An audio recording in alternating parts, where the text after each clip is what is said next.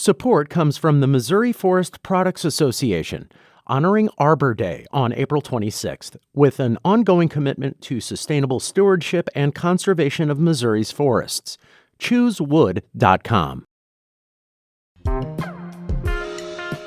Kahlil Robert Irving is a rising star in the art world, but he has deep roots in St. Louis and no intention of leaving. And there's some things he'd like to see change when it comes to our local arts institutions.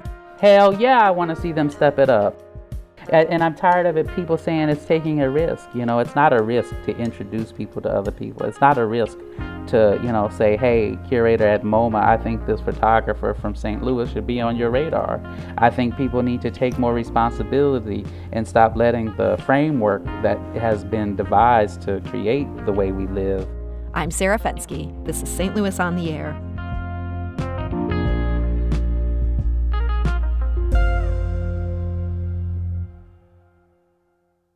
Kahlil Robert Irving is just 28 years old, but his art has already earned a place in galleries and museums around the U.S., including the Whitney in New York City. Now it's on display in the town he calls home, in an exhibit at the Contemporary Art Museum St. Louis as part of its Great Rivers Biennial. Every 2 years, the Biennial honors 3 emerging artists who live and work in St. Louis, and with it comes $20,000 for each, as well as a museum exhibit. Irving's work is on display at the museum through February 21st. His show there is called At Dusk, and he joins us today to talk about it. So, Kahlil Robert Irving, welcome to the show. Oh, thank you for having me. So, the sculptures you made for At Dusk, these aren't really pretty works. They're pretty far from it. You're mashing up found objects, including styrofoam takeout containers. They're not found. No, they're not found. Everything you see in the museum is made by me in the studio. So you're making... yes, I'm making everything. Okay. So tell me the idea behind these very unusual creations. Well, the exhibition At Dusk is partly about time and a landscape or planes or surfaces that are akin to screens or surfaces of objects, and then those objects or the wall of the museum in itself is then used as a way to translate images or re-represent ideas or issues that are interesting to me. And so just because you see a sculpture that looks like it's made out of to-go boxes or found objects, in fact there's more information to see in not just the objects themselves, but there are images on the surfaces of the sculptures that take the work a step further.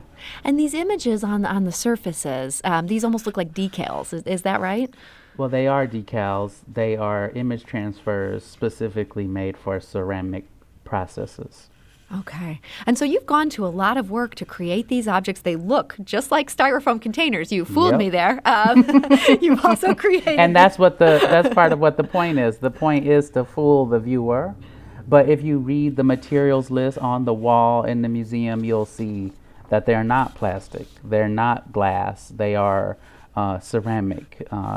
And thinking about a history of industrialization and manufacturing, even referencing the history of St. Louis manufacturing and architectural production of brick, there's a lot of engineering and a lot of ingenuity and invention possibilities in material. And even in the 1904 World's Fair, there were a lot of companies that came to the United States, specifically to St. Louis, that showed engineering and inventive possibilities with ceramic. And so the sculptures specifically build on this history of invention and possibility. This idea of At Dusk, though, the name of your exhibit, I think of dusk as kind of, this is the end of the road. You're not saying that this level of industrialization and all that can be done with these objects, that we've hit the end of the road. No, at dusk is a transition point from daytime to evening to nighttime, and thinking about a Christian point of view or Christian perspective of saying what's done in the dark always comes to the light. And so there are many things done in the dark, and what is and how do you deal with that transition of time through experience? It's really just is a metaphor. It's not necessarily just about anything specific. But there are a lot of things that I'm talking about in the whole show, not just the sculptures, but about violence and ideas of celebration and family, personal issues that I'm interested that are presented in the work, but some people will never understand. And then there are some issues in the work that everybody will understand.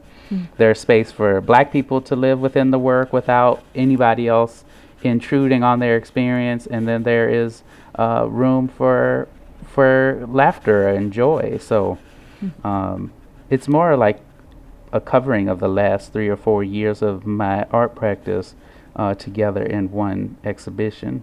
You mentioned what's on the walls, and in addition to these very striking sculptures, what's on the walls, this has to be the biggest collage I've ever seen in my life. I understand it's 65 feet long, 66 feet high. linear feet, yep. 66 linear feet. How did you possibly put together a collage that big? Just the logistics of it are blowing my mind.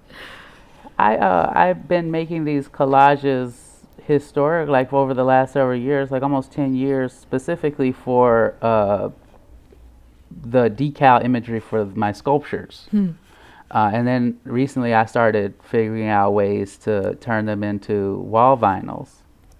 And you've got a lot of stuff in there. It almost made me feel like I was looking at a Twitter feed. It's just a jumble of memes, but it seems like they're chosen with some great intention.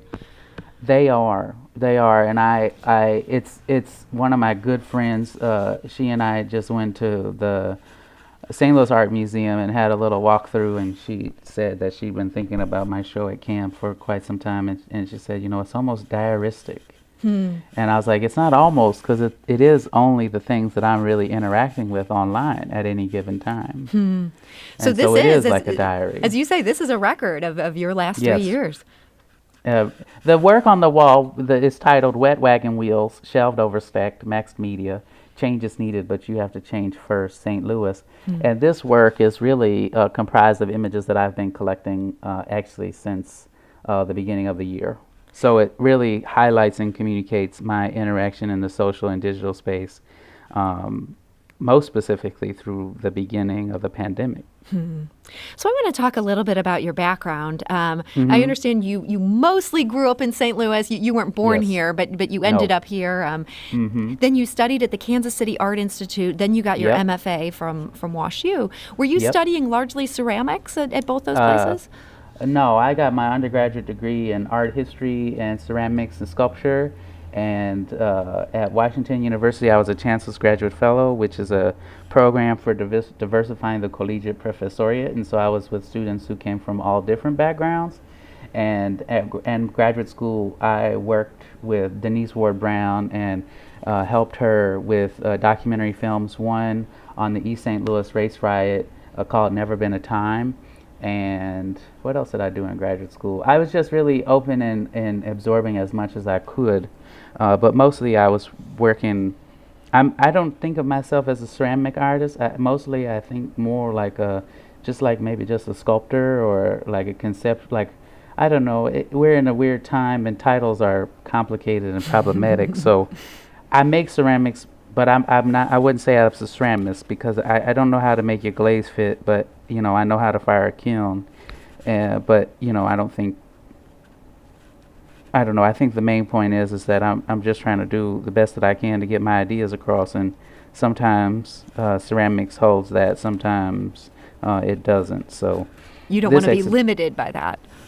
I'm not limited by anything, because if you came to I'm working on buying an 8,000 square foot warehouse for my studio, and it's actually near Cam. And if you came to my studio, you would see a lot of different things going on at the same time. And I actually, it's funny, I just got named one of the Forbes 30 under 30 this morning. Oh, congratulations. Thank you. And, being recognized in such, esteem in certain places and spaces, I'm interested in architecture. I'm interested in challenging space and challenging, just challenging a lot of things that we think we know to try to do better and make a difference for everybody in the world. So. My guest today is Kahlil Robert Irving. He's a rising star artist. His work is now at the Contemporary Art Museum St. Louis as part of its Great Rivers Biennial. And Kahlil, you said you're in the process of getting this 8,000 square foot studio here in St. Louis. So are you putting down pretty strong roots here? Well, I mean, I have roots here. My family's from here. My great-grandfather one of my great-grandfathers came to St. Louis hopping trains from from Little Rock, Arkansas, in the early 20th century. So, I'm a Midwest guy, and I know that and I believe that, and I have the accent to prove it. But I'm just interested in making space for myself and helping make a difference for other people. Along with the building, I'm also getting a half an acre of land. Hopefully, I really hope this goes through. Yeah, that sounds amazing. And on the half an acre of land, I'm working with an organization to grow food. So your previous segment was really important to me. I think we think too much about the people who make a lot of money and don't ever think about the people who are making a little money. I'm working on renovating a house that I bought, or mixed-use building I bought a couple of years ago. And the guy I'm working with, he said, small people they treat you like small business. They treat you like small people, and I think the possibilities of St. Louis is so far-reaching. And I've been graciously awarded and recognized for the hard work and labor I've been putting in. But I think not only is big business moving to St. Louis supporting the landscape, but I think if people stop looking at the rich folks and the big multi-million-dollar companies, we start taking care of people here at home more, and maybe we would live in a more safe place and more just community. And you don't feel that it holds you back at all as an artist not to be, say, in the middle of the New York City scene? I've been in New York. That's the thing. I've been in New York. I've lived in Hungary. I've lived in Jerusalem. I've lived in Southeast Asia. I've traveled the world. I've been to 19 countries.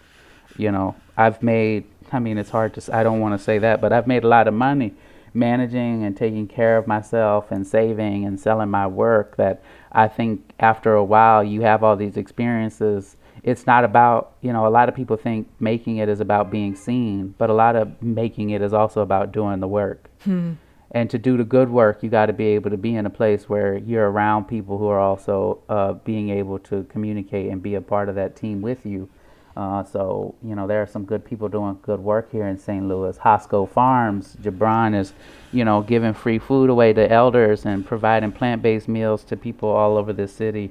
It's a lot of good work being done, and I think the possibilities for invention are ripe for the taking in a space like St. Louis. So being a person who, this is the second time I've applied for the Great Rivers Biennial, and it's great to be in a conversation with Tim Portlock, who was one of my faculty members at WashU, and Rachel Yoon, who was one of my classmates when they were in undergraduate school. So it's like, the conversation and the possibility is here. But I think what's more important is that people who have powerful positions, like the curators at the Contemporary Art Museum and the St. Louis Art Museum and Lowellmeyer Sculpture Park, they don't just give people shows at the museum, but they also introduce them to people out in the world. Because it's very hard for people to get out of St. Louis. It's very hard for people to get to New York.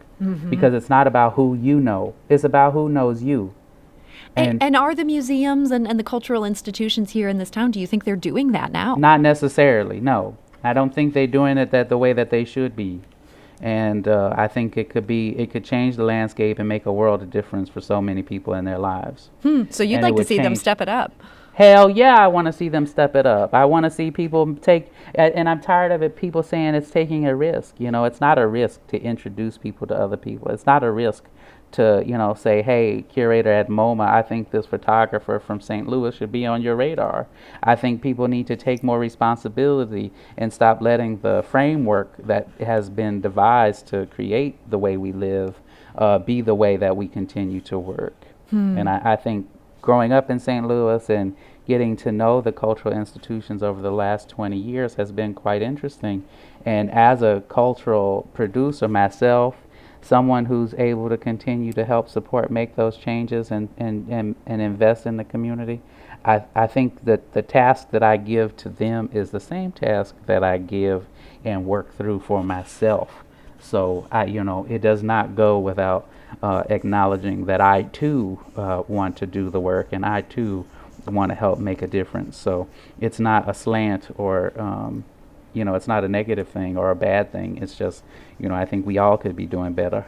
just like how much, like in my work, the work at Dusk is also about white supremacy and violence, and I think white people could be doing better. White people could do a whole lot more, because the only way to dismantle white supremacy and violence and racism is that white people dismantle it, because white people are the ones who created it. Well, it's hard to even say anything better than what you just said there.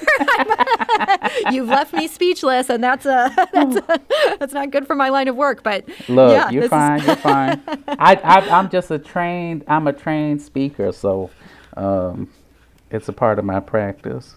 Well, look, Kahlil, we have just 1 minute left here. And one thing I did want to mention is that you recently received the Artsy Vanguard Award. That's an annual list of the most promising artists shaping the future of contemporary art. That's obviously a huge award. What does that mean to you?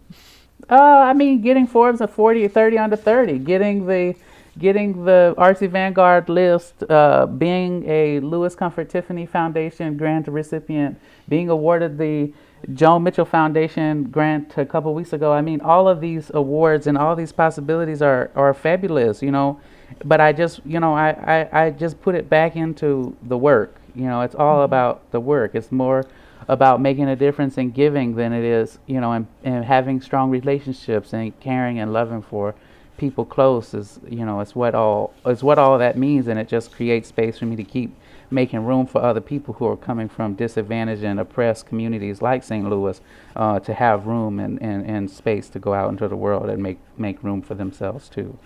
Well, I hope people will check out that work. They can see it at the Contemporary Art Museum through February 21st. Yeah, you can also see it online. If you're not leaving your house, that's no excuse. You could see a great display of this. So, Kahlil Robert Irving, I want to thank you so much for joining us today. Yeah, and I have to invite you guys back when I get my studio, so we can do a segment on my studio and the farm and my and all these other things that I have going on. I would love that. So we are going to take you up on that. You can leave me speechless again. So thank you. Okay. Nice to chat with you.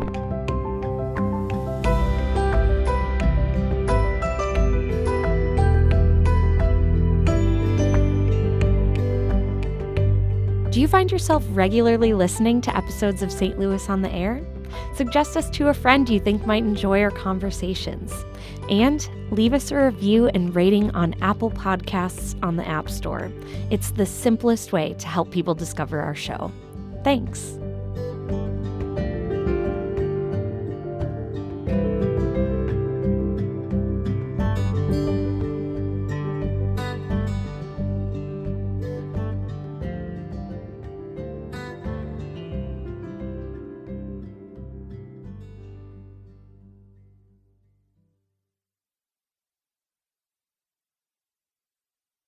Support comes from the Missouri Forest Products Association, honoring Arbor Day on April 26th, with an ongoing commitment to sustainable stewardship and conservation of Missouri's forests.